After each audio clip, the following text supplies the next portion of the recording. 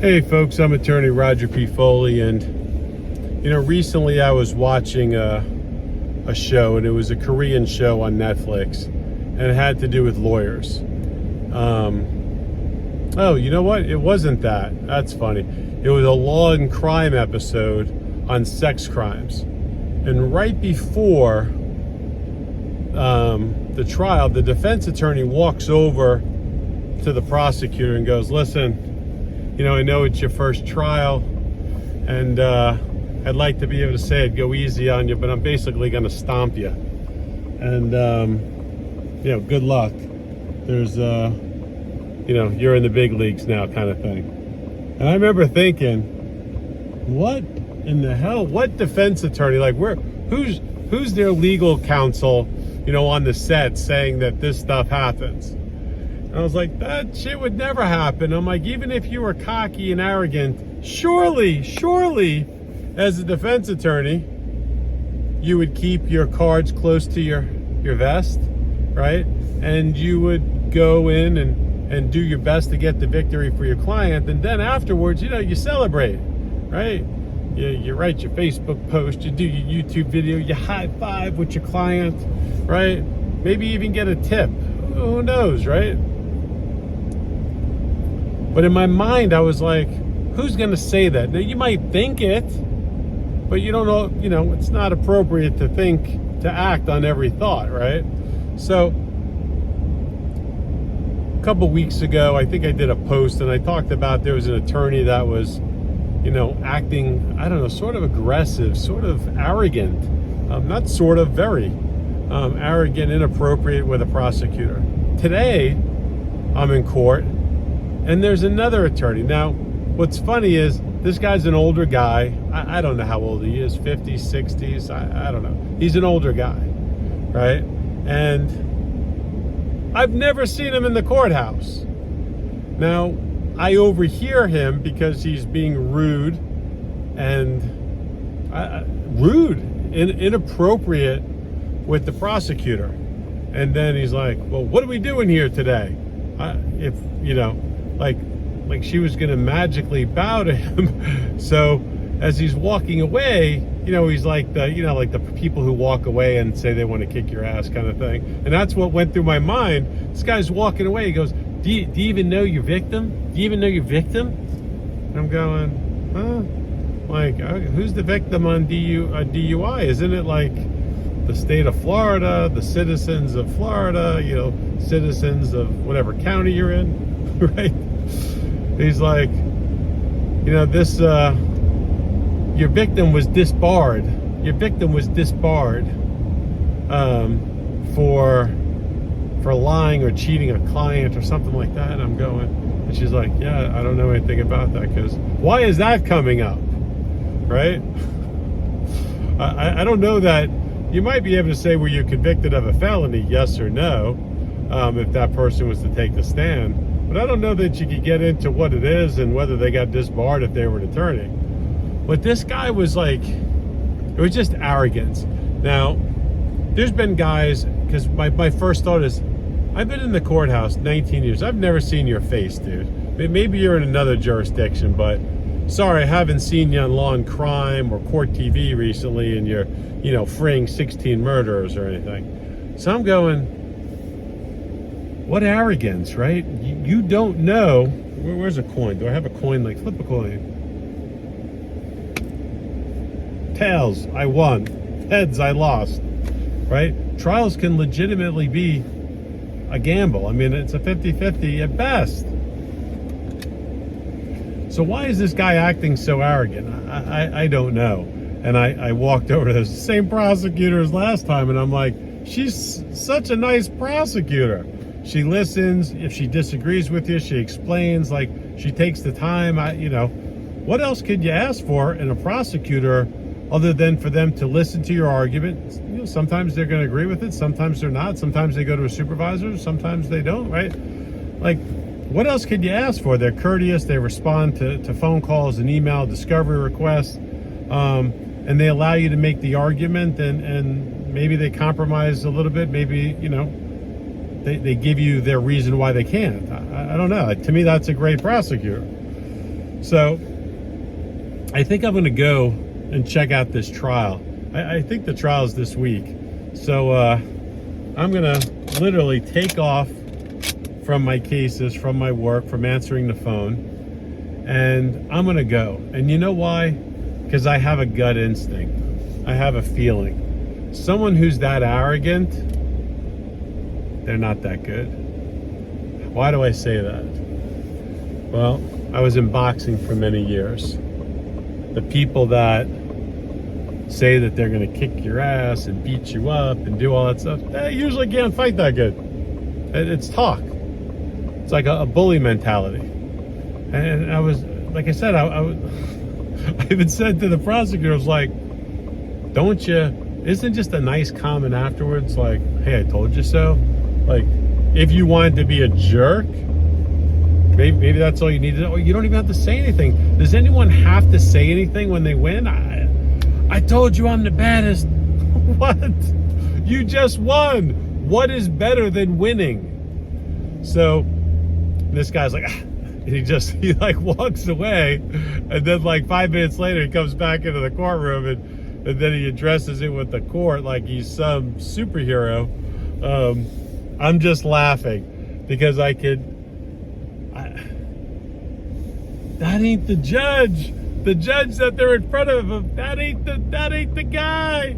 That ain't the judge that you're gonna do it, because you know what he's gonna do?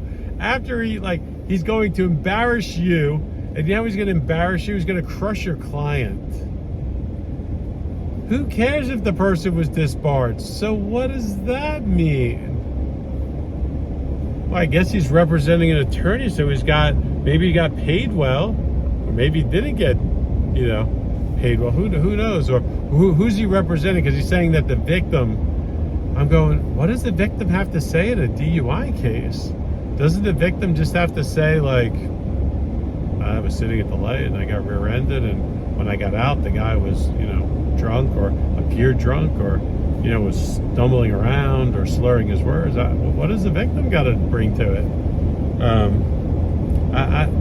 It piqued my interest because I always liked the classy fighters, the guys that said, hey, listen, I'm going to do my talking, in the ring. I talked up twice. Actually, yeah, twice. I told some guy, three times.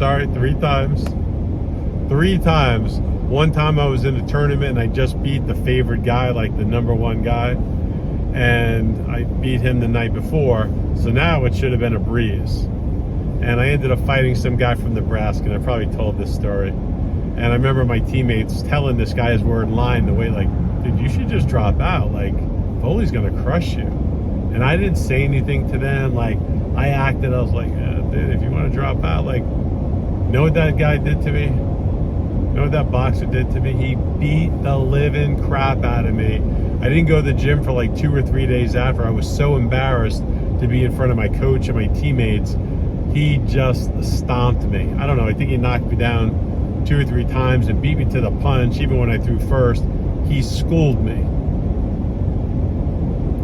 I was fighting the number 2 guy in the country. And I was like, I could do this, right? I could do this. And I had watched him fight, and I thought he was good. He had a lot of power and stuff. In the first round, I'm hitting him with everything. 1, 2, 3, 3, 2, follow up with a jab, slide out. And I literally said to him, like, dude, you're number 2? Oh my God, I'm going to be world champion. And the referee, like, admonished me, like, you can't talk. Like, the referee doesn't even talk to you, he just does hand signals, like we all read some magical book on sign language. But anyway, it was basically telling me to shut up. I did it twice, and the ref warned me. So I go back, and I don't remember, it was the 2nd or 3rd round. I saw the number 9 ranked heavyweight that I just fought like a month ago, and I see him go up into his corner, and he's saying something. And I'm like, look, I'm not even paying attention to my coach. I'm like looking around him, like my coach is barking instructions at me, and I'm looking around him. I'm like, what is he saying? What is he saying? Did he figure out what my kryptonite is? Like, what did he, that kind of thing. And this guy comes out, and I threw the same 3-punch, like double jab, right hand, hook, and I didn't spin out. Like I didn't pivot and I didn't jab out, which is what I was trained to do. I stood right in front of him. And as soon as I threw those punches, even though I connected, and they weren't perfect punches. I mean, he slid and rolled with the punches. Don't get me wrong. It wasn't like I landed a perfect shot and he was like the Terminator, or I have no any kind of power. It just, they weren't great shots, but they were landing and they were points. Right when I did that, this guy comes out with like a 4-punch combination. Boom, my nose goes over to here. I land on the ground. I'm like, what the hell just hit me? And my bleeding everywhere, and the ref's like, you okay? I'm like, I'm fine. Like, what the hell?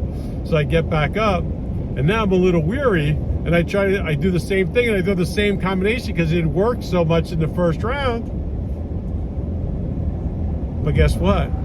He stayed, he covered, he knew what combination I was throwing because I didn't mix it up. And boom, boom, boom. Next thing you know, I'm against the ropes. And even though I block his punch with my left hand, his right hand, I still fall over because it's, just the pressure of the punch, and I was a little disoriented from the first punch. He ends up stopping me. I'm like, what the hell? I was beating his ass for like 2 rounds. Of course, my personality had to go over and go, hey, Ben, I beat you. What were you saying to him? He said, I noticed that when we fought, you threw your 3-punch combination and you pivot out and you threw jabs. And that made it harder for me to hit you as you came out because you were tucked in behind your jab.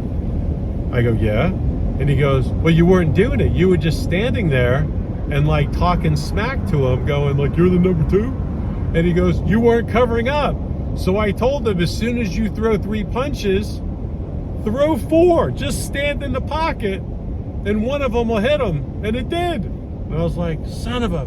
See, when you talk shit, you get your ass whooped. So, I don't know. Those are the 2 times I can think I talk shit and I got my ass whipped. Now I have like my own little thing, At the end of it, I do a little, like the little gunslinger thing. I go... like that, but not to anyone. I've never showed anyone that. I just got to do it. It's like, hey, we got the victory at high noon. My God, I would never talk smack to a prosecutor before, but you never know like what facts are going to come in, what surprises. There's almost like a little kink in every case. So I'm going to take off. I want to, because I know what the truth is. I'm going to come back with a video. And I'm going to go, hey, this lawyer was talking all kinds of smack to the young, prosecutor that's probably only been a prosecutor a couple of years. And I think she's going to hand his ass to him. That's what I think. Being kind and being dedicated and being hardworking means a lot more than talking smack. Look, can it be fun to... Yeah, if I'm playing Madden, I might talk some smack. If I'm on the football field, I might talk a little bit of smack, but more likely after I make the great play, not before. I don't know, just my thought on things. So, do you talk smack? Because the people that do, it just seems that it doesn't always go well. I don't know. Anyway, I'm Attorney Roger P. Have a great day. See ya. Don't talk smack.